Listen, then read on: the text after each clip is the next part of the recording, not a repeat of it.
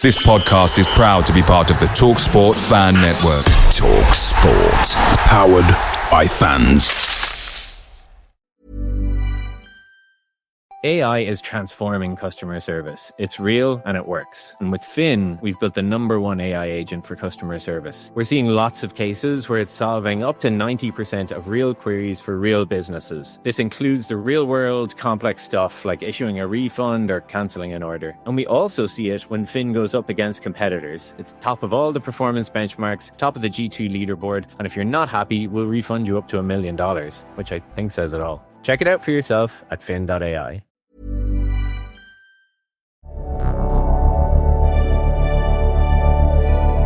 Good evening, Blues fans. Happy New Year and happy Monday, and welcome back to the Tilton Talk Show, sponsored by AIM Logistics, with myself, Paul Hipkiss, our very own Claire Wielden. Good evening. Mr. Fixer Craig Courtney. Good evening and happy New Year, everyone. Mr. Road Mark Adams. Good evening and happy New Year to everyone. And as always, last but not least, Mr. Chris Browne. Good evening and happy New Year. And happy New Year to everyone. No one told me that was the line to start off with, guys. Oh, Christ, CCR. Well, we shouldn't have to tell you. Was she in the green room or what? One job. That's all it was. Just follow the lead. I want to... Like a verbal conga. I want to start tonight's show wishing the chairman, Mr. Alan Watson, all the very best. Obviously, he decided to step away from the show. So, Alan, if you're listening, mate, all the very best with what comes next in your life, mate. I hope whatever you do next, and if you do get into podcasting ever again, obviously, I'd like to watch that as well. So, all the best with you, mate. And it's been good working with you over the last few years. And his input's been very good on the show, hasn't it? Obviously, his knowledge on the club's great, and everything he's ever sort of said. It's very rare I've disagreed with him, to be honest. When he said anything about the whatever. So very knowledgeable on the club, and he'll be a miss, won't he, to the show? Yeah, definitely. Knowledge, history, and let's face it, the stories. There are some fantastic stories. Yeah, absolutely. Yeah, and some funny lines in there as well. I'll never forget him with the DJ, with DJ Mikey B. When he come on, he was like, "Oh, was it you, is it? I can't hear myself think. Can't even talk to the person." that was his welcome for DJ Mikey B, wasn't it, when he came on the show? So I'll miss those sort of moments, So I think all of us that are left now, we need to try and make up for those comedy moments if we can. But all the best, Alan, mate, watching. Why did we all look at Robe then? Sorry, Chris. Why did we all look at Robe then when you said that? Well, you said comedy moments and we all looked at Robe. It was just a look rather than anything he says. Alan treats me like human, thank you very much. Okay, so we have a lot to go over. Obviously, it's been 5 games, I believe, since we last did a show. So a lot to go over. And obviously, Claire will cover a mainly disappointing festive period. Obviously, yesterday gave us finally something to smile about, but mainly in the main, and being our main person at every game, home and away, I'll come to you first on your thoughts with, Sheffield United, Derby, Southampton, Watford, and then Coventry. Just give it us all in a nutshell. I'll try. So I never went to the Sheffield United game, but I'm kind of glad I didn't. At the same time, I was in Iceland, but again, I was stood there staring at beautiful waterfalls and scenery. 1-0, 2-0, sending off 3-0, and I was like, "Oh, I'm glad I'm here." But I think I presume he was in Iceland, the country, and not the supermarket. Oh yeah. People were like, "We went to Sheffield and we couldn't find you. We didn't realise you were by the chicken dippers." No, it was the country. But again, it's another away performance that we want to forget about. The Derby game, the Southampton game, we had a lot of the possession. We huffed and we puffed, just didn't get anywhere with it really. Blues at Christmas, it always happens, unfortunately. I think last year was an anomaly. I can't even say that word. But I do think that we huffed and we puffed. We should have won definitely against Derby, but they were good as well. And I think Robinson, fair play to him. I think over the last few games, he's definitely stepped up. Kind of forgive him a little bit now for the red cards he's had. But thankfully, our centre backs are scoring, aren't they? I mean, Robinson scored against Derby, and then Newman scored against Southampton. Just a shame that, you know, the ex-Villa player scored against us as well. But I just found that I think we had a lot of games in only a few days. I mean, you know, 26th, 29th and the 1st of Jan. That's hardly any time to train. I mean, Meredith has said before, hasn't he? You know, you don't get anything, you can't train for anything. It's really difficult. Then we went on to Watford, where I think that was the straw that broke the camel's back, really, especially for away fans. He definitely heard sideways and backwards because we shouted it very, very, very loudly. What I think has changed him is the fact that he's had a different perspective, the fact that he was in the stand, the fact that he was watching it from above. I think, obviously, you know, the angles that you watch football match, you have different perspectives. But Watford was a shambles. Probably the worst performance of the season. I thought Southampton was bad, but this one we didn't even turn up. I know we had 5 players out missing, but it was just so pedestrian, just so lacklustre. I mean, I put it on X, we were clueless, gutless and lack leaders.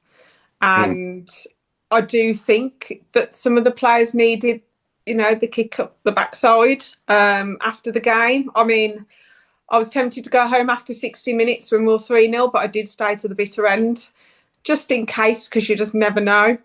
But, I mean, Watford kind of showed us how to play football on that day. They hit you on the counter-attack and everything else. And then we get to Coventry. Again, we're at home. So whenever we're at home, fine. I've got no problems when we're at home. I do think our away performances, I just wish that they were better, because I think we would be a lot higher up in the league. And again, I mean, Wagner came in. What a brilliant assist. First time ball in. Duck, fair play to him.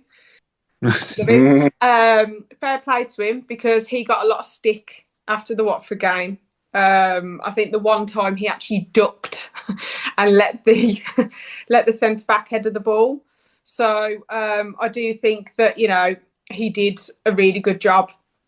I think that he showed what he could do, but he got the service as well. I thought Patrick Roberts was exceptional again. And I like the fact, I quite like the team on Saturday. I think that team was decent. I think Doyle brought us a lot as well. He brought calmness. He brought a bit more creativity.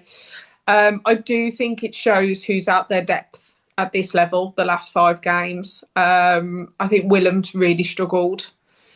I think having Paik and Iwata in the middle, I just don't think it's a combination we can have. I think it's one or the other with somebody else. I thought Leonard was brilliant against Watford. And, you know, I just thought that we got behind them a lot more on Saturday. It does worry me the next 3 out of 4 games are away from home. You know, like I said to you, Craig, didn't I? I said, a home form, when we go to St Andrews, we are all optimistic. We're all ready for that game. We know we're going to get something from it. When we go away, we're like, it's like this is going to be hard. It's a bit like supporting 2 completely different teams, isn't it? You know, you've got the home blues, you've got the away blues, and they're just a shadow of themselves. You know, there's when we play away, I don't know what it is. I mean, I'm wondering, because they've made the pitch identical, to the pitch at St Andrews at the training ground. You know, they're not going to get that in any other away stadium. So I'm wondering if it's something to do with that, or obviously the fans, you know, the atmosphere behind them, and that obviously will make a difference. But the pitch is the same size, the goals are the same size. You know, I do think that. I think it's the mentality. We have not been good away from home in the Championship for a few years. I think, you know, there's been a few times where we've seen 4 or 6 wins away from home. I do think he needs to adjust. I mean, we only had 25% possession against Coventry and we won. And when we beat Portsmouth, we had less. And I do think away from home, we might need to try and hit on the counter-attack a little bit more. I do think we play too wide when we're away from home as well, because all the teams were easy to, I said this on BBC WM, were too easy to scout I think that all you need to do for the Blues, if I was an opposition manager, especially away from home, is we know we play wide. You put on a player out on our wingers, you just go down the middle. And that's if you look at every goal, down the middle. And I don't think because we're not compact enough. Like when we're at home, we have 2 blocks and then like the striker. Away from home, we're all over the place. And they just literally go bang, bang, bang. So I do think away from home, we need to work on it because you got 3 out the next 4 games and they are winnable. I mean, the next 8 are winnable. We've had a lot of hard games, but I generally think we can win some of the next few. As a plan B, I'm wondering whether we come away from home. It might be worth us trying going away from the 4-2-3-1 and playing 4-3-3 and having Iwata in front of the back 4 with Doyle and Paik as a 3. And then you've got your wingers obviously to create with the 9 through the middle. That could be an option, I think, and that could work with those 3 in the middle together, rather than Iwata having to play right back. Because I think Iwata's been phenomenal at right back at home, but he's struggled a little bit away, hasn't he, in some of the games when he's played right back? Don't we think? He's too far up the pitch. Right. He's too far up. Yeah, too far. Yeah, and that's what he's instructed to do, isn't it? Because he's obviously playing that role. Which seems to work for us at home, but for some reason, again, it's like 2 different teams, and sometimes in some areas we've got 2 different players as well. But I don't know what the answer is. Obviously, I've only thought of that as a suggestion. Obviously, I'm no football coach, but I just think from the players that we've got, you might be able to have Iwata be in front of the back 4 as a 6, as like the one who breaks up play, and then Doyle and Paik sort of getting forward a bit more to sort of like create chances and score goals as well, because the pair of them are capable of doing that. But I do think, going back to Tommy Doyle, I do think he's the best player on the pitch for us every time he plays, pretty much. I know Dutch got man of the match and Wagner had a great debut. And I'll come on to that, actually. Debuts, to all our viewers and to everyone here, what are your top 3 ever Blues debuts that you've ever seen in your life so far? Wow. Well, I think, to be honest, Paul, I think Jesse Lingard's one of them, hasn't he? 4 goals. He's got to be up there. Lingard would be my number 1, definitely. But Wagner's considering he hasn't played for, it's not days, it's weeks since he's actually played a game. The way he came into it, it was as though he'd been training with them for weeks. That ball for Duxy's goal was just stunning. The way he played, it so reminded me, and I said to a couple of people, it was like watching Martin Granger coming back to the club, because you had a player that could bomb forwards, whipping a ball, but also had no hesitation when it came to going in for a tackle. And I know he got that yellow card, and it was one that he took for the team there, but he was also getting really tired at that particular point. So, well, welcome to Birmingham City, Mr. Wagner, because that is the way to start. And the fans have talked to him already, haven't they? Yeah, absolutely. Yeah. I mean, I'm thinking of Pandiani. Bell's debut landed on the plane, didn't he? He didn't even have, Southampton, didn't even have a pair of boots, did he? And Brucey had to go to Sports Direct and buy him a pair. And he came on and scored debut, didn't he, against Southampton? But yeah, sorry, coming back onto present times, I do think that, we do need improving in a lot of areas. Well, not a lot, but a few areas, important areas in the pitch. And I want to discuss this with everyone watching and everyone here now. The goalkeeper, for me, I would have Allsop in goal. I think Allsop is a lot better than Beadle. I think Beadle is weak with crosses. He's a poor shot stopper. I just don't rate him as a goalkeeper, and I'm getting a bit frustrated now with him playing every game. I just don't get it. I'm opening it up to I'll open it up to everyone here and everyone in the shape boxes. If anyone disagrees with me, please tell me why. And if anyone would pick Beagle over Allsop, again, please tell me why. Because I just don't get it. I don't understand it. I mean, do we not think he should have saved that second goal on Saturday? I do think the centre-back should have got there quicker. Oh, 100%. I do think I think as a goalkeeper, you would think that he's going to curl it round into the far corner. So the fact then that he's gone near post, he might have been obstructed. I don't know. That's what I kind of got from that. But he has had, to me, he's had opportunities. And the fact is there something in his contract that he's got to play so many games? It seems that's that even way, more, doesn't it? right, sorry, Claire. If that's true, that's even more frustrating. We should not be developing other clubs' players, and we should not be dictated to by any other club as to who plays in our team. If that's true, we're not that club anymore. Maybe under Lee Clark, going back a few years, something like that when we were in desperation. But we shouldn't be in that situation now, surely. Surely it's up to our manager who goes out on that field and nobody else. I mean, maybe honest, Davies does see some... Yeah, go on, Ro. Sorry, Paul. I was going to say, it's not a witch hunt against Beadle. I want Beadle to come out and I want him to keep clean sheet after clean sheet, but he shows no sign of doing that. No. I mean, those 2 goals yesterday, in reality, they weren't worldies, were they? They were side-footed.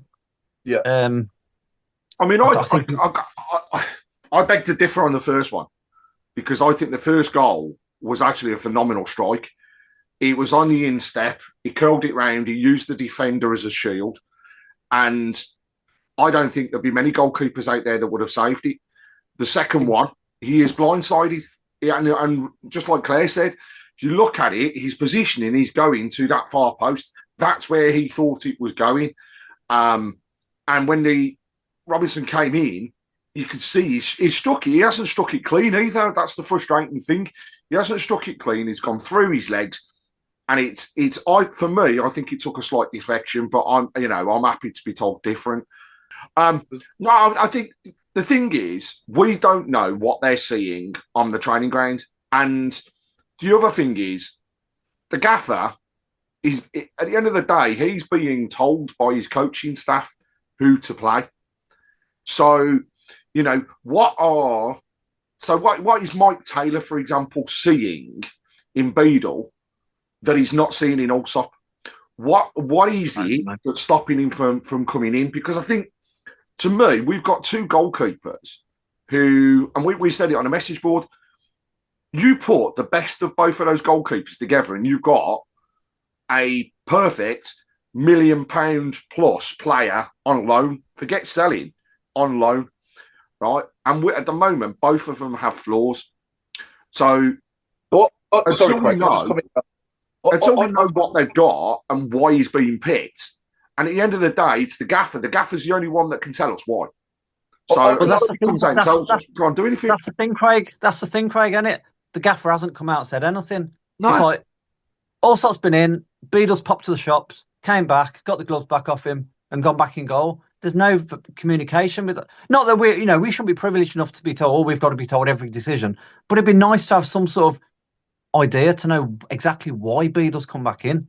And then you could the other thing, though, just to add, on Sunday, right, I was in my seat and I got incredibly frustrated. When they scored that goal, there was an instant, we are turning on that goalkeeper, right?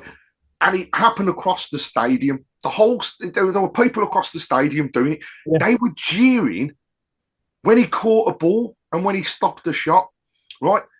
He is, at the moment, our number 1. So until that changes, back him. Whether people like it or not, he is there, and he is there because he is being picked. And we should not be turning and jeering our own players.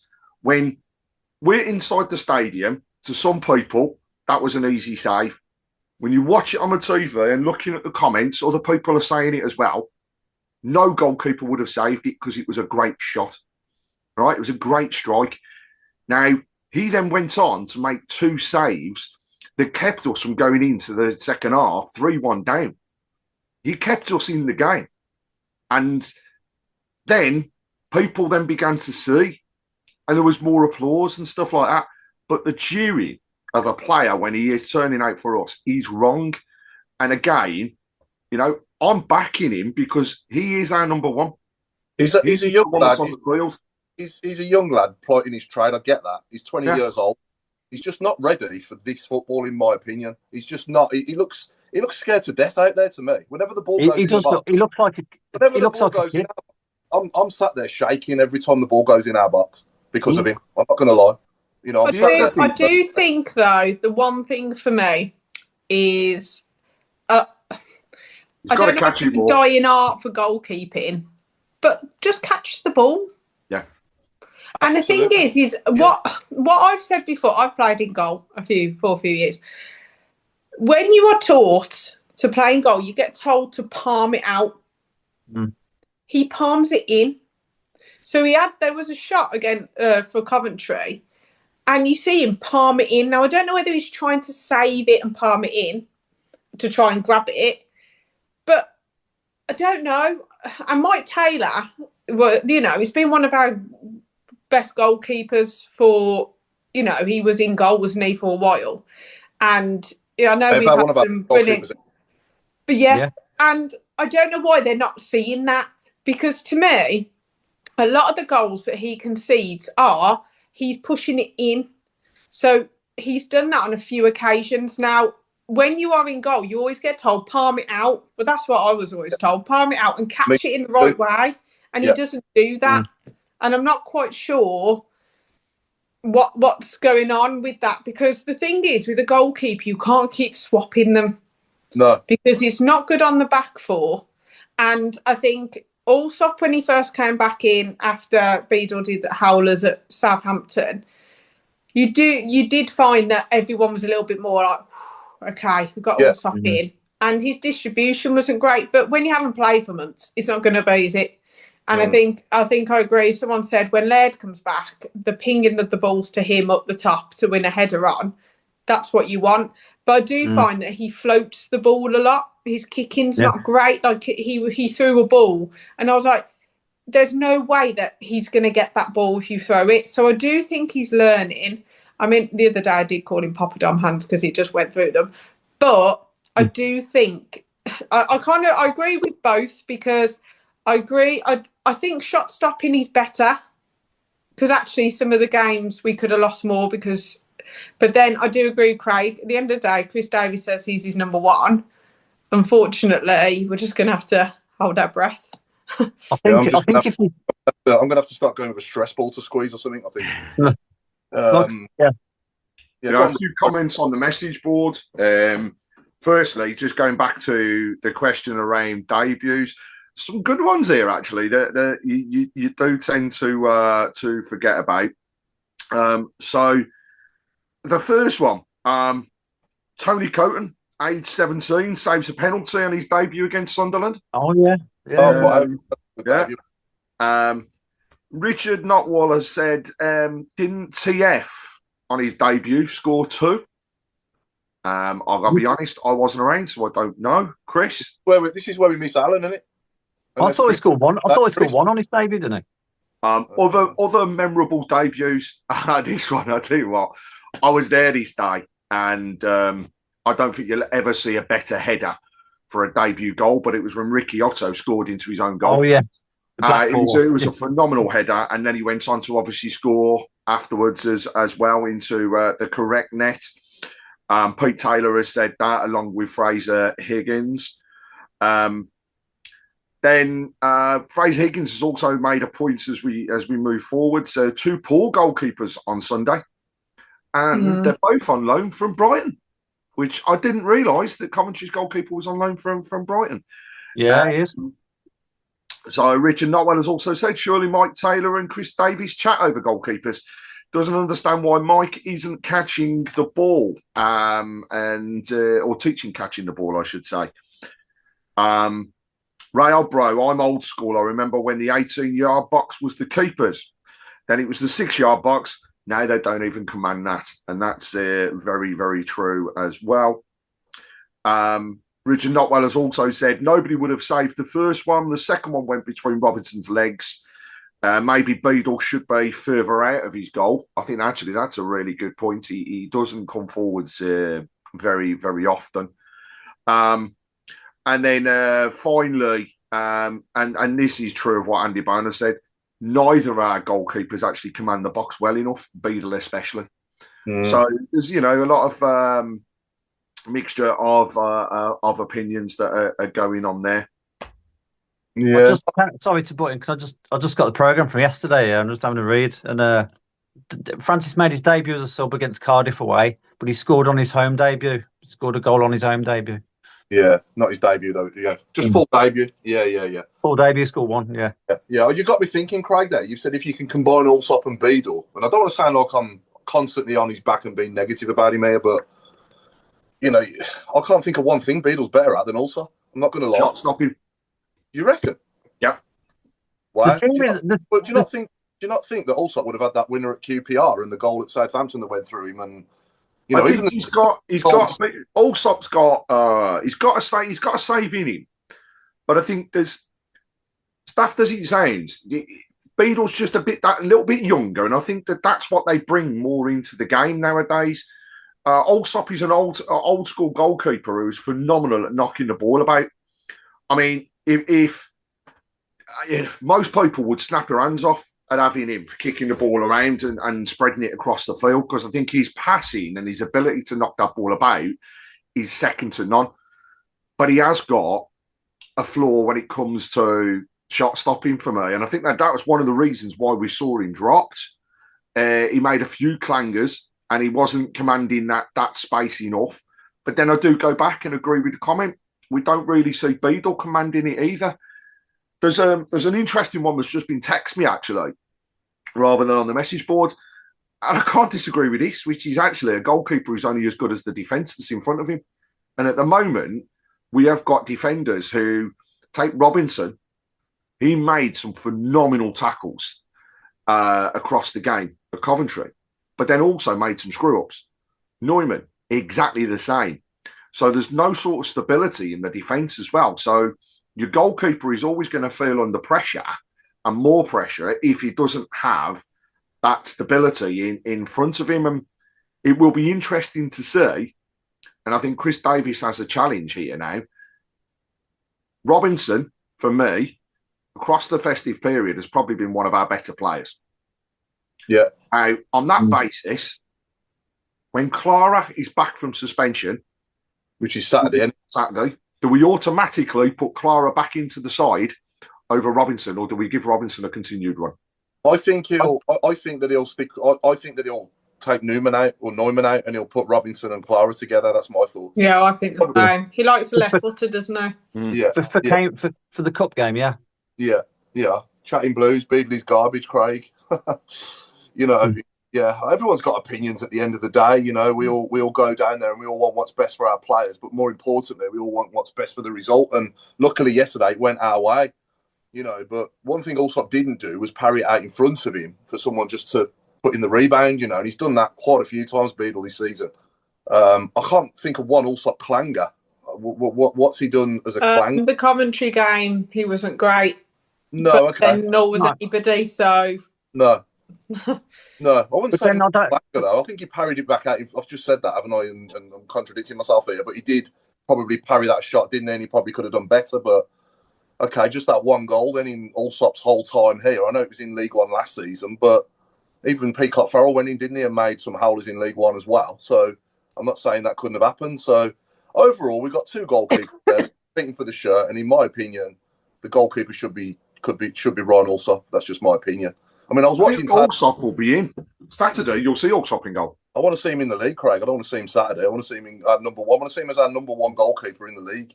Would anyone? Sorry, Paul. Would anyone think about giving Mayo a chance on Saturday? No. I don't think he's ready. If anything, I'd stick him out on loan. All right. Well, would you have him on the bench then? No. I don't know. We'll never know if he's ready until we give him a chance, will we? It could be the ideal game for kids like Mayo. He's got to. He'll flip his lid. He'll flip his lid if you don't get a game. You've got two goalkeepers that arguably between them are out of form. If we go by what everybody's saying, two goalkeepers out of form and lacking confidence, and the only way you can build confidence is by playing them and letting them get a game. I think what they need is they need a clean sheet. Yeah, I was watching Taylor warm Beadle up Saturday before the game, and he scored a hat-trick. That was Mike Taylor. But anyway, let's move on from the keeper, shall we? It is what it is, and whoever Davies decides to put in goal, we've got to back him, like you say. Quite right with that comment. But yeah, I'm not going to say I'll sit there in comfort when Beadle's in goal and the ball goes in our box. I don't think I'm alone, am I? Surely we're all taking a gasp of heavy breath in, aren't we, when the ball goes in, especially?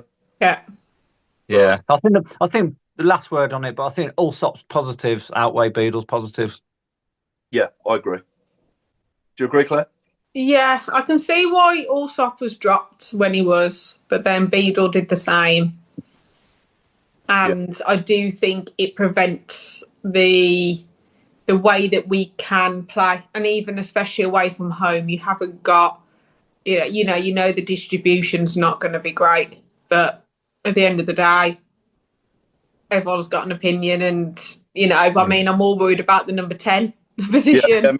I'm more worried about the strikers at the moment, because the thing is, if we leak goals, if we go 1-0 down away from home, we're not winning, are we? No. That's what I'm more worried about, the strikers at the moment than I am the goalkeeper. I don't know what we've got to spend, but I'd like to see a new spine. I'd like to see a new goalkeeper.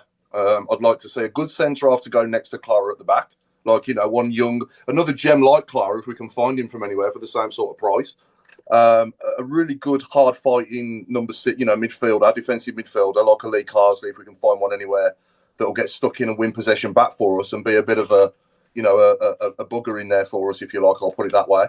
A really good creative number 10 as well, that can create chances through the middle rather than us, like you said, Claire, we keep going wide, which we do. We do that because our best players are wide players.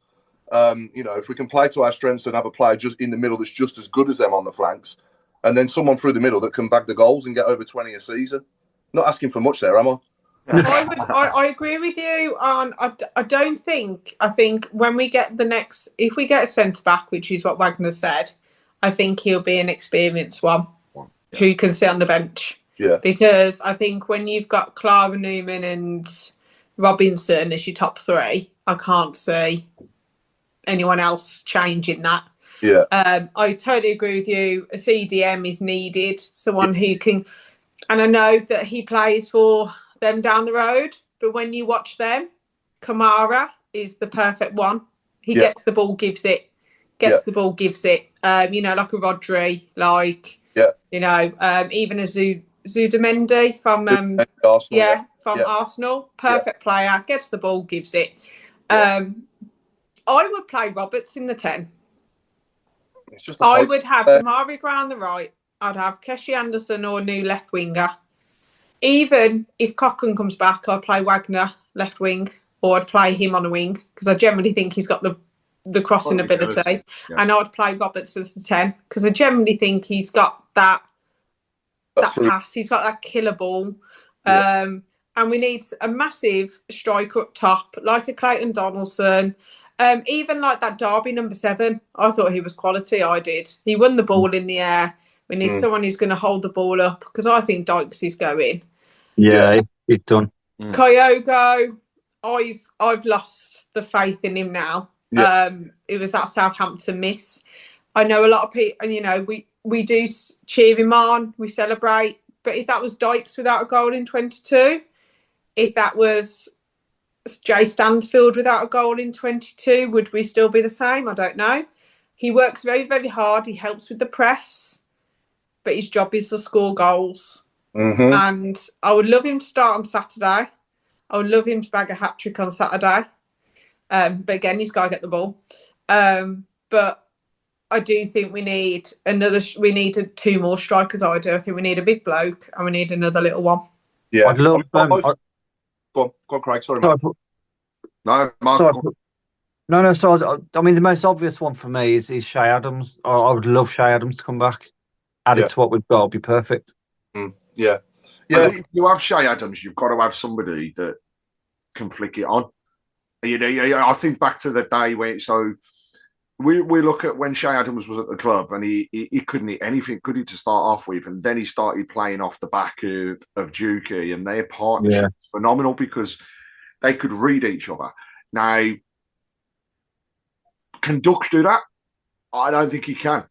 I saw more of him, and I think Al actually said this as well. He is better with his feet than he is in the air.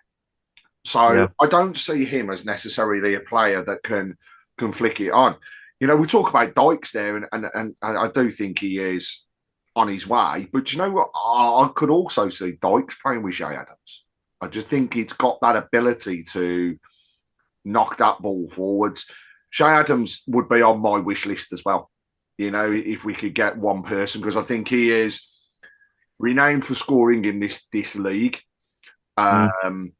You know, he tried his bit in the Premier League. He scored a few goals. He wasn't prolific. He really wasn't given the chance, though, I don't think, when he was there. And I think he's got a point to prove. And also, let's face it, he wants to be in the Scottish squad going out to the World Cup. The only thing that may put a blocker on us getting him is the fact that he's back into his current team's squad and been playing. Yeah. So I think if he wasn't there, we'd be pushing very, very hard. But hey, you know, it's been said that we're after players. It's been said we're going out. We've lost another one today, Emil Hansen. There's a lot of mixed feelings reading on that around what people are thinking. You know, they're saying that he had potential. To me, he was too lightweight. He was one way. I don't think he had the beating of players all the time. I always do remember his debut and actually whipping in some great balls and doing some tricks on the line, but then went into oblivion. So if he's moved on, he's gone permanently. So I wish him well. We'll just see what happens in the window. It's going to be interesting. Let's face it. Craig Gardner and the recruitment team have got to pull their fingers out because we need to do better than we did in the summer, and it's as simple as that. Yeah, I think you look at us lining up against Coventry yesterday. You know, the size of their players compared to ours. You know, the physical presence of their players is so much, you know, better from them than us, if you like. You know, so we need to look at that definitely, especially away from home.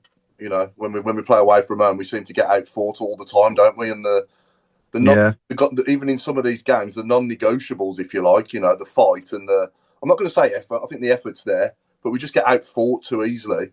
You know, and the non-negotiables in football, we don't even do that, do we? In some of these away games, especially Watford. I'll put it out to the viewers. What, you know, if we had a magic wand and they could get players, who would they be? And I think there's numerous names that have been mentioned, but what is very apparent is people agreeing that centre half and centre midfield are key. Yeah, you know, to make things more stable. Mick Graves said Dykes, Leonard will leave. He's guessing maybe also Fujimoto. He was surprised when he saw that Wright was on the bench. I think it was good to see him back. In a way, I'm glad he didn't play. I'm glad he's in the squad. Glad he didn't play because that might have been a little bit too much for him when he came through.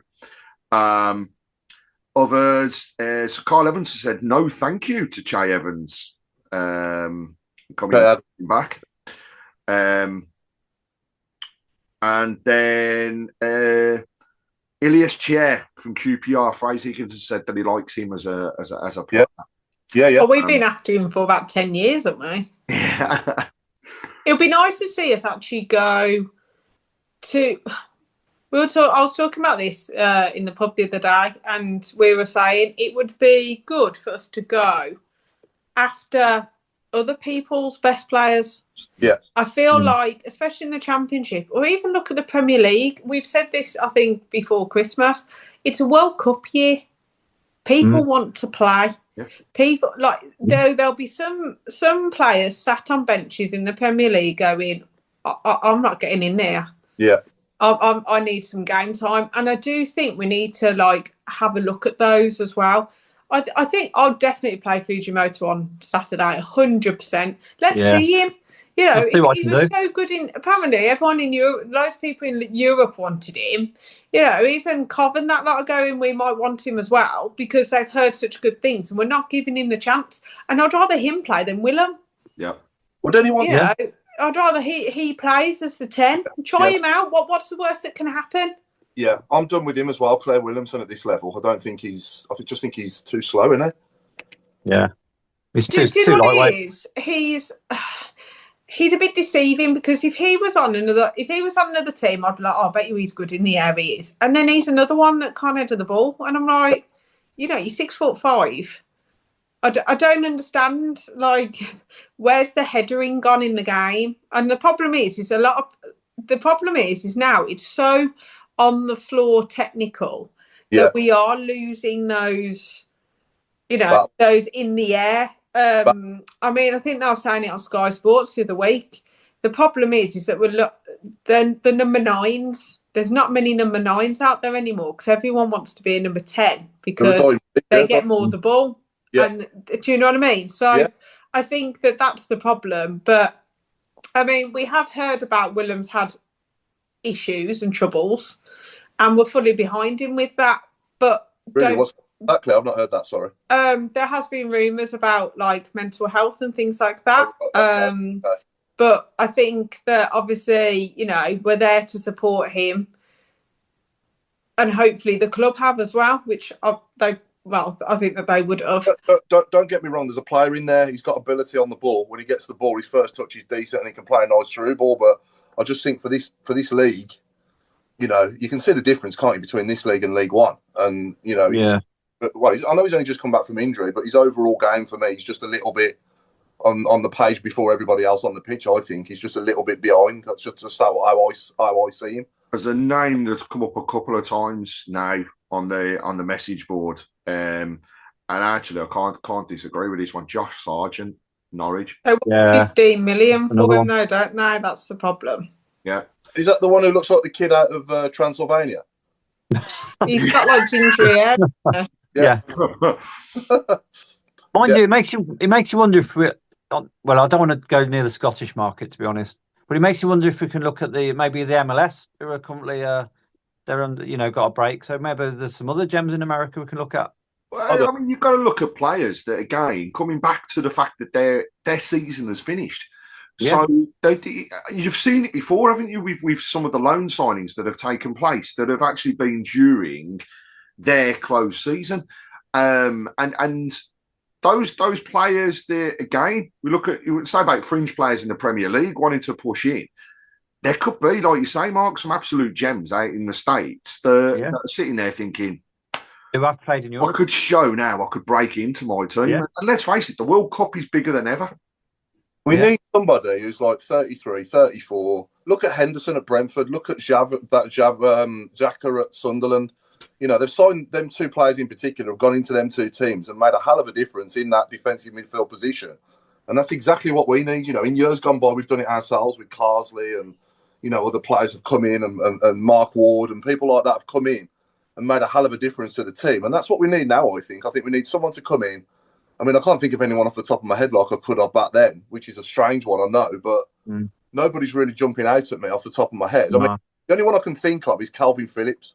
Who's still at Man City, I think. Must be nearly out of contract. That's a good shot, actually. Let's get him into the season and let's stick him in the midfield there and see what he can do for us, because he was a bloody good player only a few years ago in the Euros, wasn't he? So, Daniel Ruin and Fraser Higgins has said, let's break the bank and get Messi on loan. Well, we're friends with Beckham anyway, aren't we? So hopefully he can do a deal. Yeah. I do think, though, the problem is that everything off the pitch is amazing. I do think that we came into this season with such high expectations. The one thing for me is last season we were always told we've got a championship team for League One. Yeah. So what should have happened this season is we need a Premier League team for the championship. Yeah. And when you're in the Premier League, you then need a Europa League / Champions League team for the Premier League. And I think the problem is that we've signed a lot of the players that have played in the Championship before. Obviously, Roberts went up with Sunderland. He's different. Obviously, Damari Gray won at Leicester. But I think that the problem is that they haven't been up there, or they haven't been proven in the Championship, some of them. So like Kyogo, he played really well in Scotland. He didn't do very well in France. We've got him. Quite a big deal for somebody that we're not quite sure about. And, like Tommy Dore, excellent. And you can go through a lot of our signings, which you can go, okay, they've been all right. But there's been a lot that you go, oh, I'm not quite sure. Oh, I wonder how much money they're on. And I think that's the problem. We haven't got a Premier League team in the Championship. Now, I know that sometimes that takes years to build. But when you're getting told our aim is the playoffs, our aim is this, our aim is that, you kind of you hear it. But I want to see that world class. Is the backroom staff world class? Yeah. Do you know what I mean? Like when you got Jonathan Grounds, who is brought from Oldham, played at left back as our set piece coach, and he was only supposed to be there as cover for Ashley Cole, wasn't he? Yeah. And then all of a sudden he's got it. And I think that's where a lot of us are getting a bit like, oh, hold on a minute. Like, where I would love someone experienced to come in either above Chris Davis or to be part of the backroom staff. Yeah. Because I think that's where he needs the help. He's going to be a really good coach. Chris Davis is going to be brilliant. And the more years he has, he's going to be exceptional. We're obviously at the start of his journey. I do think he needs the experience to help him. And I think especially away from home, just changing it and going, actually, we might need, do you know, I'd love to go to Swansea away and all of a sudden we're playing really narrow because all of a sudden they wouldn't know what to do. Yeah. Do you know what I mean? Like that's where I would actually be looking on the pitch, but I'd also be looking off the pitch with the coaching side because I still think we need a striker coach. Coming back onto recruitment, I'm with you, Claire. You know, let's go back to the days where we were signing Coventry's best player, Gary McSheffrey. You know, he came. You know, we attracted him from Coventry at the time. Yeah. We were signing, you know, Rowan Vine. I know it didn't happen for him, but he was Luton's best player. You know, players that come to us, that their clubs that they're leaving are gutted to lose them, that we've kind of heard of, if you know what I mean. A lot of the signings that we make, we've never heard of. I'm going to be honest. To be honest, Paul, teams like Wrexham are above us because they've been buying British. We've been buying from untested from abroad. Yeah, it's always a risk. It's always a gamble. It's always a risk. We haven't. Pirro from Leeds. Yeah. If you get him, you're going to be up there at the end of the season. Tell you that now. Yeah. We should be all over that. Loads have mentioned him on the on the message board. Tyreek George has come up on a couple of occasions. Then, you know, there's other names, but I kind of agree. You know, we need that bit of experience, but we also think need somebody that's going to give that bit of grunt as well. And you know, I can't help but think that we missed the trick because you know, your man playing up front for Wrexham, he's scoring goals for fun in this league, and we really should have been going after the likes of him. I do understand potentially why the club didn't. You know, they want to go for young, they want to go for people that are out to kind of prove, and when they're signing people permanently, they want to make money on them. So, you know, would they have done that on Kiefer Moore? Who knows? But the other thing is, and actually, question for everybody on here and on the message board, you know, we look at our loans. So we're all hearing rumours. It's the rumour mill, it's the window, you always get it. But if the rumour mill is true, you might be seeing Cashin disappear. You may be seeing Kumas disappear. If we get it over the line, then we're going to see a permanent signing of Roberts.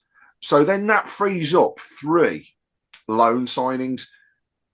Is that the way that we should be looking to go? And then if we go for a loan signing, do we go for somebody where we do pay that extra money in salary to attract the name? And as you know, somebody's pointed out, as Claire said, fringe Premier League players that want to break into a World Cup squad could help us. And this league, we talk about having, Claire mentioned there, a Premiership squad in the Championship. And I'm not saying we're going to be Man City. No, that's right. But what I'm saying is that we need a good enough squad to compete, which a lot of the time you're competing against the parachute clubs, aren't you? And I know that Carl Evans has put AI doesn't help with our signings. And we were talking about this before the Watford game. The thing is AI is good. AI is good for a majority of what you need to look at. However, for younger players, it's not great because you haven't got the data to support it. Also, AI does not tell you how does that player react when you're 1-0 down. Yeah. How does that player play when you're 3-0 down away from home? Will he still keep going? Does it tell you his physicality? Does it tell you you're winning 2-1 and is he going to take the ball and take it up for you. I think we need more than AI. I think AI is a great use of resources, but sometimes a simple scouting technique is better. It's never harmed anyone in the past. I just think that, all these players we've all seen, we all know about, but I do worry that we're relying so much on data.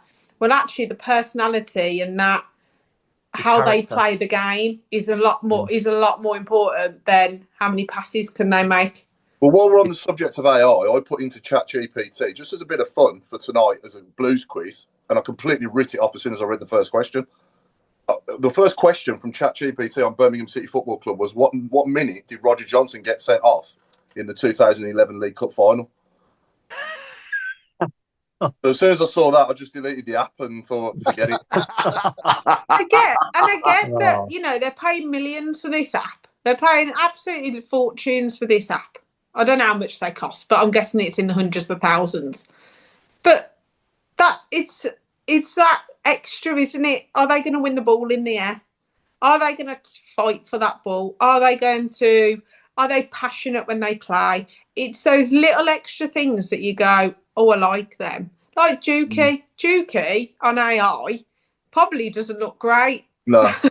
But we all know that 100% he's going to win that ball in the air. He's going to come off with his head cut, bruised.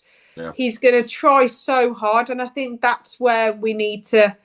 AI is a great tool, but don't over-rely on data. No. Because like the other day, we only had 25% possession against Coventry and we won. Yeah. You've got to have the right personality as well, haven't you, to be You've got to have the right character, and that's exactly what Chris Davies touched upon in an interview at the start of the season, I think it was. He said about making sure we've got the right, he said it's hard, it's hard to bring in the right characters, but it's easy to make sure that we don't sign the wrong ones, if that makes sense as well. Something along those lines anyway. But like you said there, great example, Clegg, Juki, a manager's dream, but not only just as a player, but also you want to future-proof it as well. If you are at the club for a long time as a manager, you want players as well that are going to be, when they're finished playing, have enough about them then to still stay at the club in other roles, like, join the coaching staff or, the scouting team like Juki has, and then grow with the club as well that way after they've hung their boots up, So Joel Perreault has come up again on numerous times on the board. It definitely seems as though this is a player that fans would love to see. But I think Richard Notwell, what a great stat. 19 goals in 46 championship games for Leeds. Yeah. I mean, just getting us half of those in the second half of the season would be enough. And this league, just watching the game back as I've done, and also listening to some of the comments that have been coming out. Neil Warnock, I didn't have a lot of time for, but now that he's not actually in the game and you hear what he's talking about and the way he goes about stuff, he made a great point, which is this league is so open that you can't, at this present moment, even predict the top two or the teams that are down there for relegation. We've got three ex-Premiership teams. The three relegated teams are all below us in the league. What does that tell you? It tells you two things. Number one, you don't always have to have a squad of players that are being paid extortionate amounts of money to try and get you out the league. And in fact, what you may need instead is stability. And that's one thing that I'll give Cov. Their squad and the nucleus of their squad hasn't been built over the past 12 or 18 They've been in League One. A lot of them were in the League One days. They're still there. This is like a squad of 3 and 4 years. And somebody's highlighted the point on Davies. You've got to give him chance. Got to give him the ability to build his squad. Because actually, a point that was made up before Sunday's game, look at Coventry's squad. That's not actually the current manager's squad. There's only a couple of additions that have gone in there. The rest of it actually goes back to the Robbins days. Yeah. So, it shows how consistency around the managerial setup and the players is more key than necessarily the recruitment that you bring in. Yeah. So as we now reach the 50% part of the season, if you like, we're pretty much bang on halfway through, aren't we? let's do a little assessment of some players and what we think of them that we've signed. Obviously, you know, I mean, for me, the standouts are Gray, Roberts, and Doyle. Them are the three players that we've signed that have been outstanding when they played for me. What about Neumann? What are our thoughts on? I'm only going to talk about players that have played like over double figures in games from the start, if you like. So, what about Phil Neumann? What are our thoughts on Phil Neumann, Road? What do you make of him so far? What you seen of him? I like him. I think there's a player in there. I mean, he does have he's another one. He does have a lapse in concentration, but again, he's new to the country. He's new to our football. I think, you know, if he keeps playing week in, week out, he'll get better and better. I'm not saying he'll be time will tell whether he'll end up in the Premier League one day. But yeah, this level, I think there's a player there, and he's starting to win people over. Yeah, yeah, I like him. I do like him. Yeah. Anyone want to add anything else to that, Claire? Phil Neumann? No, I agree. I think he's had some games where he's been a little bit ropey, but he's getting used to our style of football. So yeah, I quite like him. I reckon about a 7 or 8 out of 10. Yeah, okay. Oh, we're giving ratings for. Can do if you want. Yeah. We can add that in. I'll give him a 7. Yeah. Okay. I think I'd say a 7 on that as well. Yeah. Because the other thing is, he's coming for, so, you know, people talk about these players that are coming into the club, right? Let's not forget, Neumann was playing in the equivalent of the first division in Germany. Yeah. So actually, he in effect has taken probably 2 steps up. Yeah. So, you know, the way he's come in, and, you know, has he been prolific? No. Did he had that spell out, didn't he? Where nobody could quite understand what it was. And I think that was probably him getting used to it. Yeah. He's a stable player. He has got a mistake in him, but then all of our players have. You know, there's not one that you can say I don't think hasn't got a mistake in them. I think he'll grow, and you know, the more that he plays, the more he plays, the better he'll be. And for me, next season, I think we will see the best of Neumann. Yeah. We chased him, didn't we? Let's face it, the Blues coaching staff, we chased him. Yeah. Yeah. I think he had another few other clubs after him as well, didn't he, over in Germany and in Bundesliga. So, yeah, you know, came with a good pedigree, good reputation. And, you know, I wouldn't say he set the world on fire, but he's done well enough to, you know, compete at this level. He's shown that he can play at this level. And when he's good, he has been really good. You know, but he just needs to find that more often for me. And I think, like you say, the more he settles in next season onwards, he should be, you know, we should have a really good player there. Chris, what do you think so far, mate? You've seen a Neumann?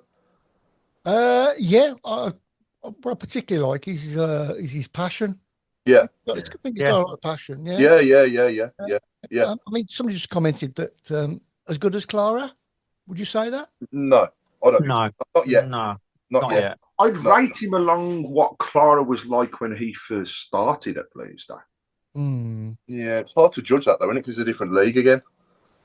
You know, if you were to if you put Neumann in Division 1, he'd have been to me as stable and as stalwart as what we've seen from Clara. Yeah, possibly. And again, we're basing it on a player that hasn't played for a lot of what we've seen at this present moment. And I think the stability, you've got to look at the defence. I mean, have we actually had a game where the defence has been the same? In postseason football, you need to find that extra gear. On FanDuel, it's called Playoff Mode. Big boosts, more rewards, and a whole new way to live parlay with Drive SGP. Turn on Playoff Mode, only on FanDuel. New customers bet $5 and get $300 in bonus bets if you win. 21 plus and present in select states. First online real money wager only. $5 deposit required. Bonus issued as non-withdrawable bonus bets which expire 7 days after receipt. Restrictions apply. See full terms at FanDuel.com/sportsbook. Gambling problem? Call 1-800-GAMBLER or visit rg-help.com. Not from we went on that little run, didn't we? Those 4 goals at home, if you like, and I think we did manage to keep the same 11 for like Millwall, Portsmouth, and Norwich, and them games. You know, we managed to sort of keep the same 11, but yeah, apart from that, I can't think of many other times. So that's the other thing is, you know, your defensive makeup and the spine of your team, like we said earlier on. If you can keep the spine of your team the same, then the rest of the players start to feed off that, and they become more confidence in what's around them, you then begin to see more of what that player is capable of doing. Yeah. But Neumann, for me, is still settling in. I still give him that, 6.5, 7 out of 10. Gets you a goal, though, as well. Yeah, he does. And that's the other thing I like. I think Jason Hughes has hit it on the head here. Neumann is much better with Clara next to him, so I think that's a confidence thing. A bit more nervy when Clara not playing. I think he's right there. I think he is. Got a very good point there. Marvin Duksh. What do we think, Rob? I'm going to say 6. I think there's a player in there, and yesterday proved that. Yeah, first goal has got to be up there with Dimmies for goal of the season, isn't it? I mean, you don't get all right. He's only got 1 cap for Germany, but you don't get capped by Germany for no reason. So he's got potential, and there's a player in there, and I wouldn't dispense of him. Again, a lot of these lads are getting used to the country, aren't they? It's a brand new environment. It's for them and their families or whatever. So yeah, I mean, all right, he had a bit of a stinker at Watford, but yeah, he'll learn from this, and yeah, he's worth keeping hold of. I remember at one point we went for about 30 years with only Tony Hay as our only ever German player to play for us. So we had 3 in the starting 11 on yesterday. I know. So, but yeah, hopefully he'll get a few more. Well, he scored a few now, hasn't he? But if he can get into double figures, it's a decent season. He's got 5 now, hasn't he? Got 5 goals. Yeah. Claire? I think I agree with Fraser. Higgins, I think at home he's brilliant. Away. Well, they all are. They're all the same. I just think he needs to do more in the air for me with his size. I do think he needs to maybe broaden out a little bit. I don't know whether he was brought in as the Duke replacement. I don't know whether he was brought in to be the person to hold at the ball. But I agree with Rove. There's definitely a player in there with his feet and his finishing. He's brilliant. I just wish he did a bit more for me, like hold the ball up and win the ball in the air. Sometimes I just wish, I don't know whether he needs to be like a number 10 away from home and not the number 9. Yeah, possibly that could work. Yeah, Craig? I think I'm pretty much echo everything that I've heard around him so far. I mean, the one thing that I would say was, when we played against Watford and Tom Ince put that first goal away, everybody was going, oh, that's world class. That's absolutely brilliant. What a phenomenal touch and everything else. Dux's goal on Sunday was almost carbon copy of that. Yeah. And there wasn't enough said about it. I think his touch is great. I think Claire said this separate to us, but at Watford, few fans had words, and it was almost the rocket up the backside that was needed, because he came out on Sunday, and you almost thought to yourself, do you know what? He's going to score. He is putting in a shift there, and that was almost, I'm sticking my fingers up to you lot. You had a go at me. I'm now going to prove to you what had gone on. If only every player had done that at Watford and in the other away games and showed the passion. And then one thing I said last week on WM was after that Watford game, you look at the players that were in that squad, right, and on the field, they were fringe players. They were the type of players that actually should be turning around to Chris Davies and going, when Stansfield's fit, you ain't going to be able to drop me because I've played that well. You're going to have a challenge on your hands here. And there wasn't one player against Watford that actually did that. He made it easy. But back onto Dux, one other thing I will turn around and say is I love his running off the ball. I think, a lot of what you see and the hard work he puts in is creating the space. Stansfield and Dux is actually a really good partnership because they do create space for each other. I still don't think Stansfield's 100% fit. No, he didn't look it. He took a proper heavy knock in the across the festive break. Arguably should have been a free kick and a card, which was never ever given. But I just think he can again only get better, and I do love his passion in front of the fans. His finish is actually, saying that, Sunday, I think his second goal potentially was better than the first in terms of the finish. You know, he took that first time, he created the space to get that through ball, and he took it first time. It was a great finish. So, I mean, if I was to score him now, 6.8. Yeah, I'd be about there as well. And I think we're all comfortable saying that Roberts, Gray, and Doyle are probably above 8, aren't they? I mean, Roberts, if we get Roberts for £1 million, I mean, that is ridiculous. Yeah. Because he's worth a lot more. Like, I would have paid £5 to £8 million for him, but fair play. Like, if we can get him for $1 million, snap the hand off. Yeah, definitely. And you know, Doyle, I would be sniffing around Doyle for a permanent move as well. Well, we're a different when he's in it, in my opinion. If we can sort this away for, mate, you know, we will start to climb the table a bit, but, you know, we can. I'm sure they'll be addressing it urgently, trying to sort something out with it, because it can't carry on the way it is, can it, obviously? No. It starts on Saturday, and I know people will say, you know, it's Cambridge, it's the FA Cup. Let's get a clean sheet, and let's get a few goals away from home, get that win that we need, and then we can go from there. Yeah, absolutely. I mean, talking, sort of mentioning Stano for a minute, I'd personally I wouldn't even have him in the squad on Saturday. I'd just rest him completely. Yeah. A lot of them I'd rest Pake, I'd rest Stano. Yeah. You know, some of the fringe players that haven't played, just put them in. Yeah. Just give them a weekend off. Just rest them completely. Yeah. Any more good debuts been mentioned, Chris? Have we seen any more? No, I haven't seen anything regarding debuts. No, sorry.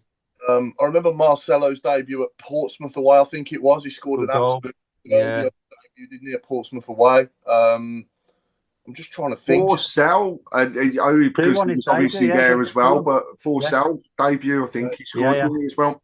Yeah, scored 2 against Leeds at home. Yeah, in the Prem, that was a good debut. Isn't Forsell Robe's friend? Can't remember now. No, I had a word with him on Sunday, and he said that he's not friends with Robe. It's all a load of rubbish. And actually, he's been in isolation since he met Robe at St Andrews at the last game, so he's stayed away. No, in all seriousness, it was lovely to see him with his family at the game on Sunday, and you know what? You could tell the love for the fans. Well, what a nice chap as well. You know, are we on about me or? Oh, you're on about Clint. I mentioned the words "nice chap," so definitely. There's a clue there.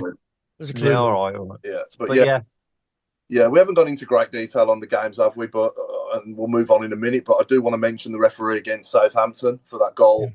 You know, when Guiwata ran into him, why he didn't blow the whistle there is ridiculous, really. But I thought Davies has got to try and, once he's been booked, he needs to try and keep his cool a bit, because he's just going to get sent off again, and if he can't. And we do miss him when he's not on the touchline, don't we? I would say. Oh, Fraser Higgins! What a great shout! Yeah, that's all. Debut, Stansfield against Plymouth. Yeah. Oh yeah.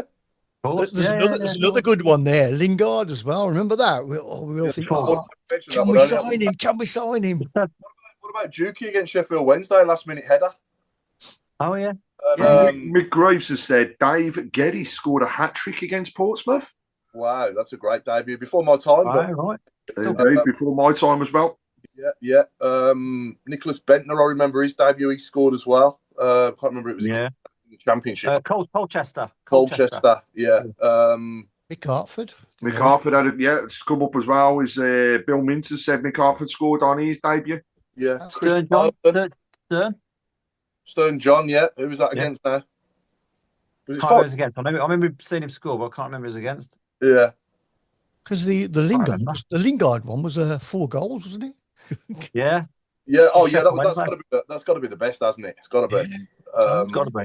Home, wasn't it, as well? Yeah. Wasn't he the first player to do it since Trevor? Trev, yeah. I don't know if a player has ever scored 4 goals for us on their debut before. Not an actual debut, no. I think that's Lingard's the only player ever to do that, I think, in our history. Obviously, please correct me if I'm wrong.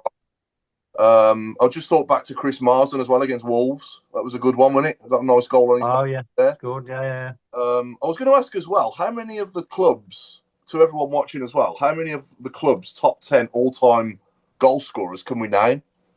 All time. All time. I've got it in front of me. And I've never. I'm not going to sit here and pretend like I've heard of all of them because I haven't. There's a lot of them I've never heard of. Okay. Joe Bradford. Joe Bradford's got to be one. Well, he's number one. Yeah, Tom. Oh. Is this just for Birmingham? Yeah. Yeah, just for Blues. Forsell isn't in the top 10, Claire. No. So Bradford, TF. Duke. Trevor's number 2 with so two. Bradford, TF. Duke. Yeah, I reckon Bob Latchford's probably up there, isn't he? Lucas Djukovic, yes, he's 5th, Claire. Oh, right, okay. So Duke is 5th with 68 goals. Joe Bradford is 1st with 184 goals.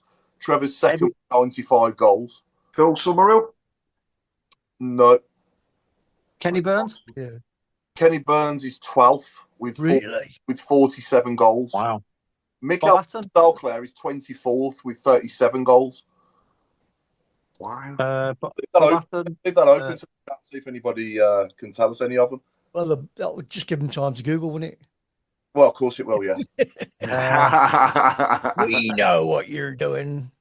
Well, Simon Sturridge in and around that? No, he's not there. Bobby Hatton? Cameron Jerome is 19th. Is he? Yeah, 41 goals. Could be some players in that list then that we don't. Adebayo, yeah. Adebayo Claire is 20th with 40 goals. Okay. You got to think of someone who's been there a good deal of time, ain't you? Like, we're all going about strikers here as well, but I bet midfielders are in that list somewhere. Yeah. Oh yeah. I can't sit here and say anything because, like I said, there's a lot of them I've never heard of myself. Lee's gone for Paul Furlong. Yes, that's a great shout. Yeah, Paul Furlong is 10th with 50 gols. Oh, and isn't he still goals to games ratio our best ever striker in the club? Yeah, he possibly is. Yeah, does it tell me that here? I think I have heard that myself though. Yeah. Paul Devlin's been mentioned. No, Devs isn't in there. No. Wayne Clark is another one. Wayne Clark. No, he's not there. Yeah. Fraser Higgins said Brian Hughes. No, not there. Yeah, he scored. Trevor John Smith, Steve Claridge. I've got the top 25 there. What, Devs? Devs is 36th with 29 goals. I thought he got more than that. To be a little bit more. I think actually this might be league only. Sorry, that's my bad. So league goals, isn't it? Not all comps. I think. Alpha James just said, where did you say Duke was in the list? So Duke is 5th according to this. 5th, okay. Do we say Bob? Do we say Bob Latchford? Yeah, Bob Latchford is Bob Latchford is 25th with 36 goals. Wow. All right. Wow. Didn't he go to Everton though, after a couple of seasons? He did more for Everton, didn't he? It wasn't that long then, was it? What, Barry Bridges? Barry Bridges. No, I can't see it. No. Not in the top 25. Stano's 15th, 45. It's actually Eddie try Browne? to think about the strikers over the years, and actually it's quite tough. This. Do you want to have a game of? Absolutely. Just before we do though, Claire, you wanted to shout out, didn't you, about something you're doing this month? Yes. Yeah. So this month, I am running 2K a day for a charity called Sands, which help with basically it's for like maternity. It's for babies that have either died or that are struggling or like miscarriaging. So I think Chris, you put on the link. I've raised over £100 so far, so thank you to those that have donated. It is very hard work, especially in weather like this, but it's either on the treadmill or it's out and about. So 2K a day, so by the end it should be 60 odd K over the month. So thank you. Yeah, so go to our Facebook group and you'll see the link there, and if you can donate. Thank you very much. I've had 3 names text to me, right? And 2 of these are from my old man. So I've got to say, I don't know about these. He said Gordon Astle. Gordon Astle is 11th with 49. And this is all competitions, by the way. Sorry, not just league. I've just double checked on the website I'm on. So Gordon Astle is 11th with 49. Another one that he said was, I think we've already mentioned Bob Latchford. So that one's been covered. But this come from your cousin, right? And I don't know whether this is correct, but he's actually said Che Adams. So Che Adams is 23rd with 38 goals. Just remember, he scored 20. I think it was 23. Got in the one season. Top goal scoring before that was his top scoring season before that was 7. So a lot of his goals came in one season. What about Nigel Gleghorn? No, not in the top 25. No. I'm not going to lie. I've never heard of the other guys that we've said Furlong, we've said Djukovic, we've said Trevor, we've said Joe Bradford. I've never heard of. Do you want me to say them now? Just before we do the who, otherwise we could be here till 8:45. I'm just laughing at Jason Hughes. Corporal Charlie Charleston from 1886 to 1894. Right, okay. So number 1 is Joe Bradford. Number 2 is Trevor Francis. Number 3 is George Briggs. Nope. And he was born in. Georgie Briggs. No, I don't. He was born. He's got 85 goals for the club. It's pretty sad, isn't it, that we've never heard of him. He played 270 games and he scored 85 goals, which is some pretty decent going. Eddie Can he Browne play against Cambridge? Can he play on Saturday? Eddie Browne, born in 1926. Oh yes, remember Eddie? Yeah, Eddie Browne. Yeah, 144 games, 68 goals, which is pretty good going as well. Wilson Jones, 60 goals. No. Fred Harris, vaguely goals as well. Ken Leake, yeah, heard of that one. 54 goals in 111 games. Peter Murphy, 54 goals. No. And that's it. And number 10 is Paul Furlong. Wow. Well, there you go. I'll ask you that again in 5 minutes now and expect you to tell me. I remember one. And people can't cheat and go to Google. Go on then, Chris. Hit us with the who. Is this someone who's been on the show? No, he hasn't been on the show. They're too easy. Here we go. Yeah, exactly. It's not nice to play him, but it needs to be done because you never know if it's going to be like that in the first game of the season. So, it was just good to get through that. I know that voice. Yeah, and me. Oh, can I have a guess? What? Andros Townsend. Good guess. Completely wrong. Pennant. Jermaine Pennant, Claire said no. No. Go on, let's have it again. There we go then. It's not nice to play him, but it needs to be done because you never know if it's going to be like that in the first game of the season. So, it was just good to get through that game. Oh, that voice is really doing my head in. It's not Dimmy, and it's not Jonathan Hunt. Can I have one more guess? Someone that's recently played for us, isn't it? Yes. Still playing now? I think he is lower league. Is it Tom Adeyemi? No. Not George Hall, is it? No. I'll try. I'm just gonna have a look. Who he's. Jason Hughes has said Ravel Morrison, which is a good effort. No, he's not. He's not. No. He's 30 up. Actually, but on the way back from the Blues yesterday, I went to the petrol station and bumped into a friend of the show, Richard Beale. He was there. Yeah. So it's good to catch up with him briefly as well. He's not at the club still, is he? Didn't he? No. He's been to watch the game with his kids. Yeah. Ah, right, okay. So it was only a brief hello, like a full-on conversation. Obviously, when you just like when you do when you pass someone in a petrol station, isn't it? Yeah. It's not Nathan Redmond, Ravel Morrison, Longello, Odin Bailey, Scott Hogan. None of those. DJ Campbell. And it's not Cameron Jones, Tyler Roberts. No. Coming back to Scott Hogan, he got a lot of stick when he played for us, and I've never known anyone not do so well here, or not. It's not happened for Kyogo at all, and everyone loves him. Yeah. And Hogan by now was probably on about 10 goals, and he was getting loads of stick with it. Yeah. It's mad, isn't it? Really. It's not Jesse Lingard either. No. Sorry. A hard one. This is. It's not. How old is he now? He's 38 now. 38 now. Mm-hmm. How old was he when he played for us? I'll give you a good clue here. So it was the Zapago shirt he was wearing when he played for us. Right, okay. Where's Thomas? Okay. Where's Thomas? Well done, that man. No, nice one for you. I knew Where's Thomas?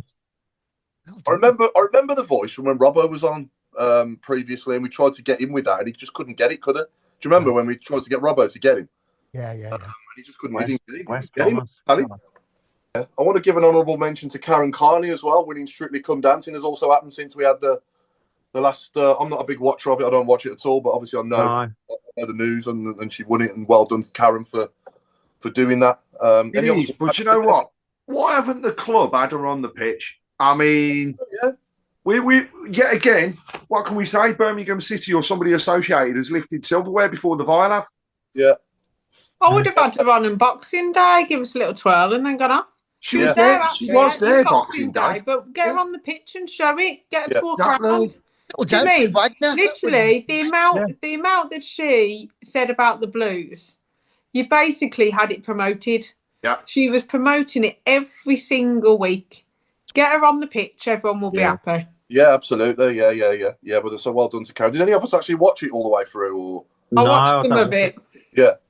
Yeah, I saw her dances on Instagram, so I did keep up to date. Yeah, I walked in the living room a couple of times and saw my daughter and wife were watching it and walked straight back out again. But well done, Karen. I only watched it because she was on there. She wasn't on. To be fair, when I walked in the living room, she wasn't on. She wasn't her turn. Couldn't even tell you who it was.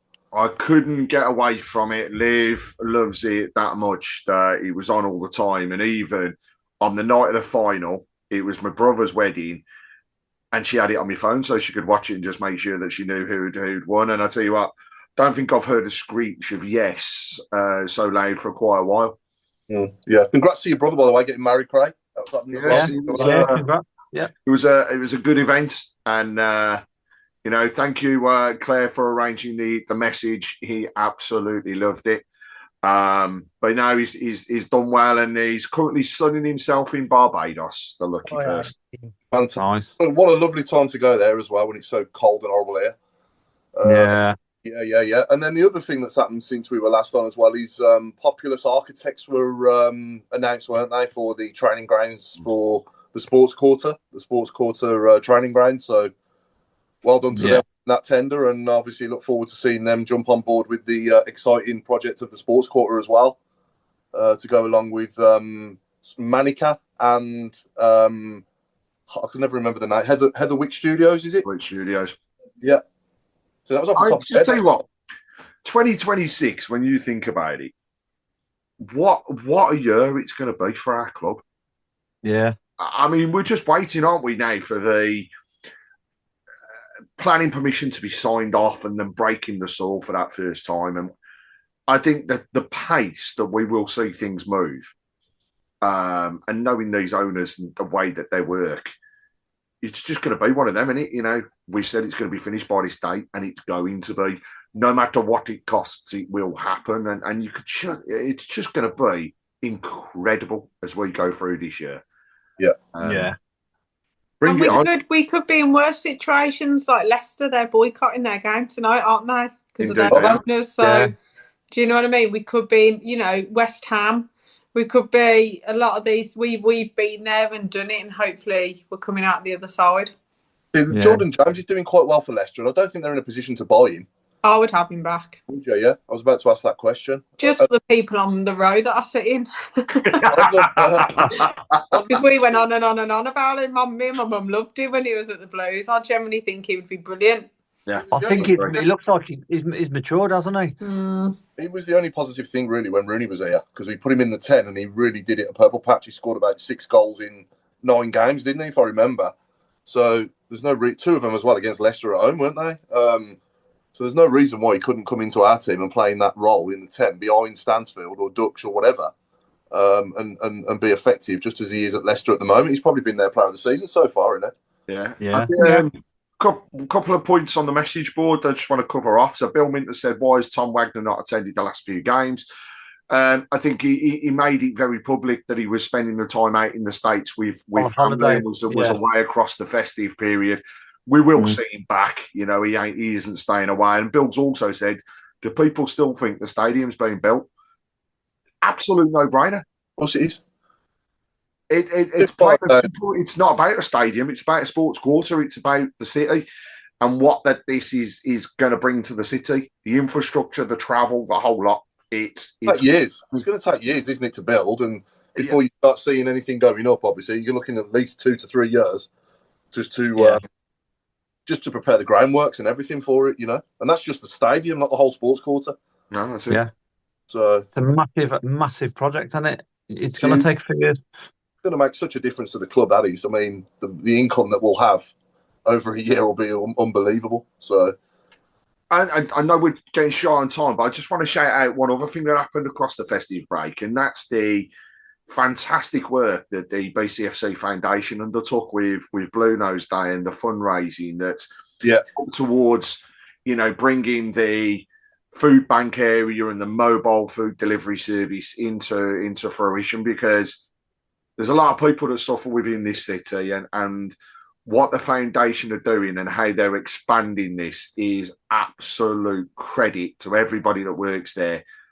But also, let's face it, the foundation was set up by Knighthead. It's a baby and a child from them. So let's see that continuing. And don't forget, people can support the foundation outside of these things. Just visit their website. You can donate in there. And within the next couple of weeks, we will have some representatives from the foundation joining us on the show to talk about the fantastic work that they do and how people can join in and support as well. So credit to everybody that was involved in that. That was just absolutely phenomenal.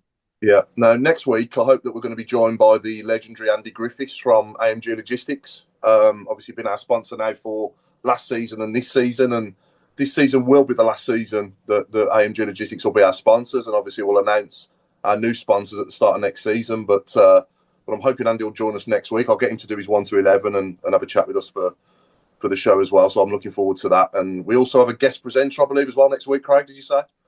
We do indeed. We will be joined. So for those that are listening, by Tally Jones. He is a fan home and away, has an absolute passion for the game. And the other thing is, check out his son. His son does some blogging and vlogging as part of it, called the Halftime Scram. Oh, yeah. So give it a follow on TikTok and also YouTube, because his content's absolutely great, and I'm trying absolute hardest to get him to join us and do some stuff for us on Tilton Talk as well. Oh, cool! That'll be good. Look forward to that. That'll be good. Get us the link to his page as well for YouTube before next week, and we can share that around with everyone, can't we? We'll get it post straight after the show. Yeah, no problem at all. Rightio then. Well, is that a wrap, Chris? He's listening to himself on the phone. Oh, no. Can't hear a word we're saying. We'll just carry on. I just said, are we done? Or are we doing predictions as we say goodbye? The music's been going for 10 minutes. Predictions as we say goodbye. You read my mind. So I will start with 3-0 away to Cambridge. Robe? I'm going to say a mixture of kids and reserves, and we'll win 2-1. There. I was going to say 3-0. Craig? I'll go in the middle and just go 2-0. Chris? 4-1. Blues.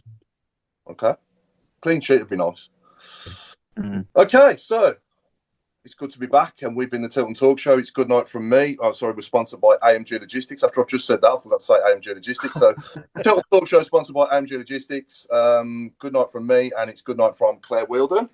It's good night from me. See you at Cambridge, whoever's going, and it's a good night from Robe. Who?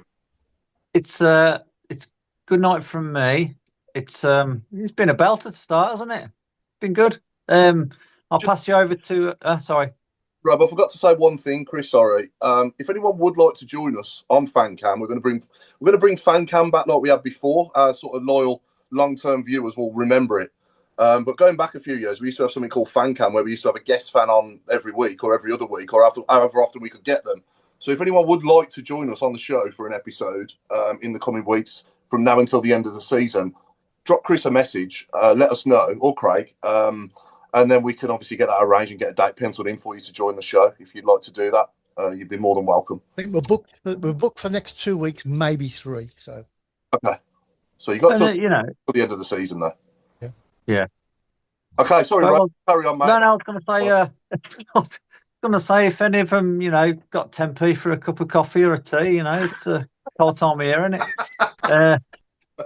No, I'll pass you quickly over to Claire's been gone. It's Paul. Chris. Yeah, me. Yeah. Good night, everybody. Thanks for joining in, both on all the socials, and we'll see you next week. And it's good night from Craig Courtney. Well, I was wondering whether Robe had just blatantly ignored me or what. He's got one. Sorry, Craig. Just one job. I mean, I was also going to say, Robe, I feel for you being in Coventry after we just done that at the weekend, but now I'm kind of glad you've taken the abuse. So it's good night from me. Have a great week, everybody, and speak next week. I thought you can't possibly get that wrong now with 2 people left. Can't possibly go wrong. He's focusing too much on that vodka that's in the bottle. Yeah. It's not vodka. Sorry. Chris is like, come on now, I want to start the credits. He's already finished them. Good night, all. Good night, all. Keep right on. We are still on, aren't we?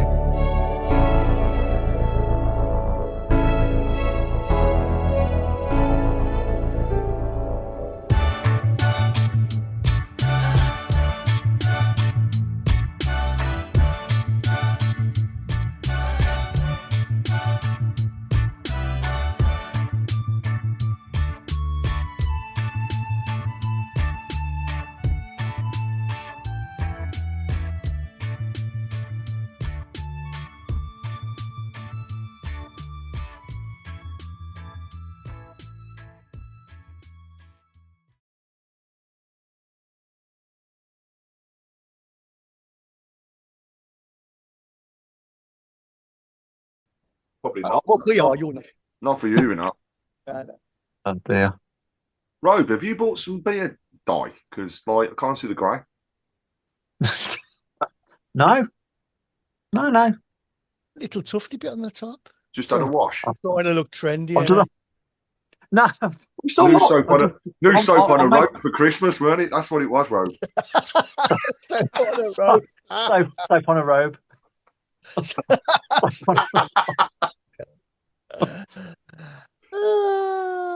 Good night. Are we still live, Chris?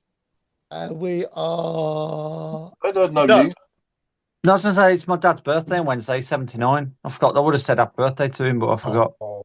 Wonderful. Yeah.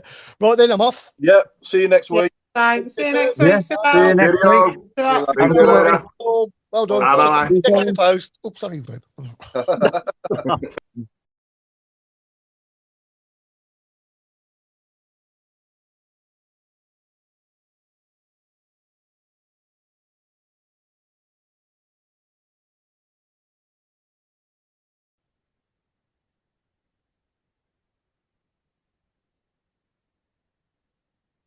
Oh, good. I was annoyed though because I could have stayed in bed.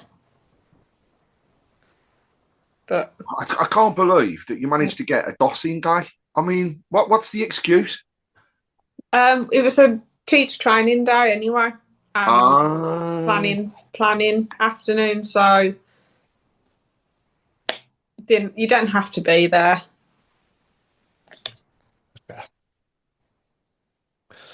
Right. Shall we let Roby in? Nah. Got no choice. I'll do it. Got no to laugh at. Oh, that's a good point, actually. Do you know what? We might have to just make some Coventry references. Evening. Evening. Oh, look, he's on the council pop. No, I'm not. No. I'm on the sparkling lemon and lime. Oh, I did think about getting my robe as well. It's chilly, you need to. I'll tell you what, Chris, I don't know how you're sitting in that area without a heater in there. Gloves on though. Actually, I'm going to put these on. There you go. Apparently, Chris, everybody can hear the live stream.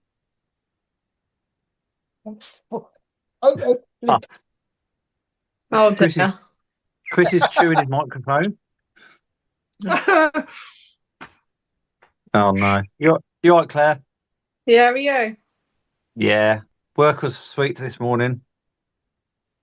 Very enjoyable. Oh well. I was gonna do the old Well, that's how I say hello anyway. Yeah, that's mine. I know. Yeah, I was going to do that this morning first thing, but I thought, no, I better not wind them up. But no, they're very bitter, to be honest. I'm not surprised. My mum's like, I can hear you talking. Hi, mum. Oh god, we're only Good job I live. haven't said anything bad in it, really. We were only live streaming to Yeah, Twitter, we're just live Twitter, streaming across Facebook, Facebook and everything. and X. Yeah. No, no. In the words of Big Brother, we are live. Please do not swear. Oh dear. I know on YouTube now as well. How much have we got for Hanson? Do we know? I haven't heard, to be honest.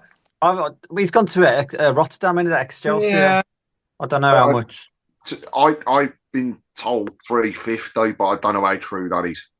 How much, Craig? 350. That's all right, though. What I was going to say. If you think about he's gone for 350, so we've nearly got close to £1 million for him and Dion. Yeah. It's good business, to be fair. Just 10 weeks worth of Kyogo's wages. Yeah. You know what? If somebody came in the window and offered 2 million for Kyogo, would you take it? Yeah. No. 2 million? Oh God. So yeah, someone 100%. Offered, I've given up. And I know a lot of people who have as well. It was that Southampton miss. That was me done. There's a lot of people that have turned off him. I just think he's never going to come good, I don't think. Don't talk about yourself that way.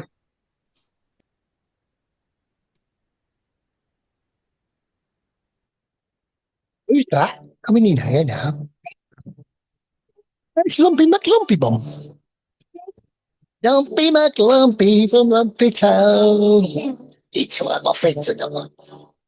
I can just about see you in that one now. Oh, for God's sake. Cheeto. Tell him to shut up. Say, shut up, kiddo.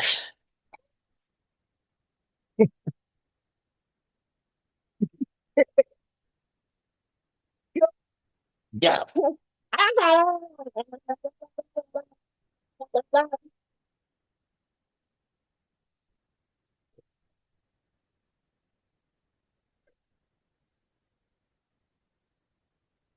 You are balmy lots. Shut up. Everybody will be listening. That's called a Barney. Right, and now I'm going to find the new Barney. You're a bomb pot pest. Because I've got to do one. I've got to do this one as well, haven't I? I've got to change this picture. Hang on. This one.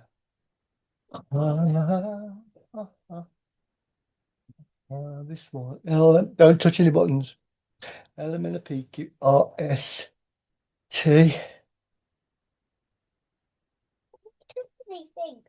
Good boy. That's the old bike. Don't work. Yeah. Old bike. Because it's a secret. Okay. No, it's a secret.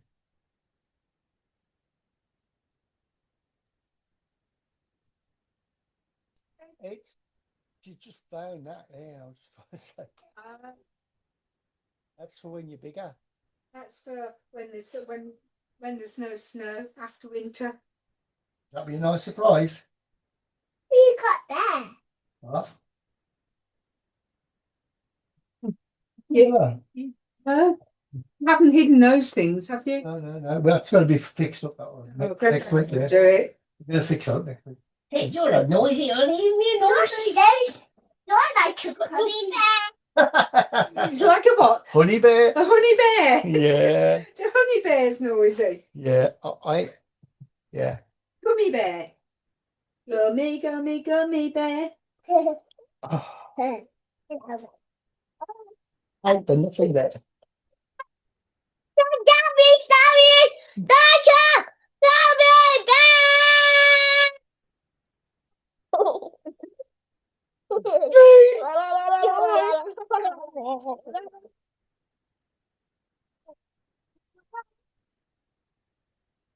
Hello.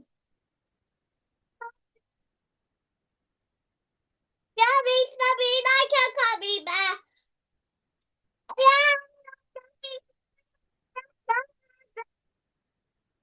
Everybody's listening to you, and they're going to go, "You are a complete and utter nutter."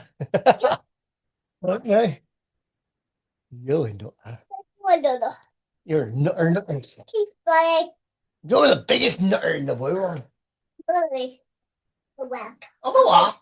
I'm going to tell Nanny something. Why? I'm going to open the door for you.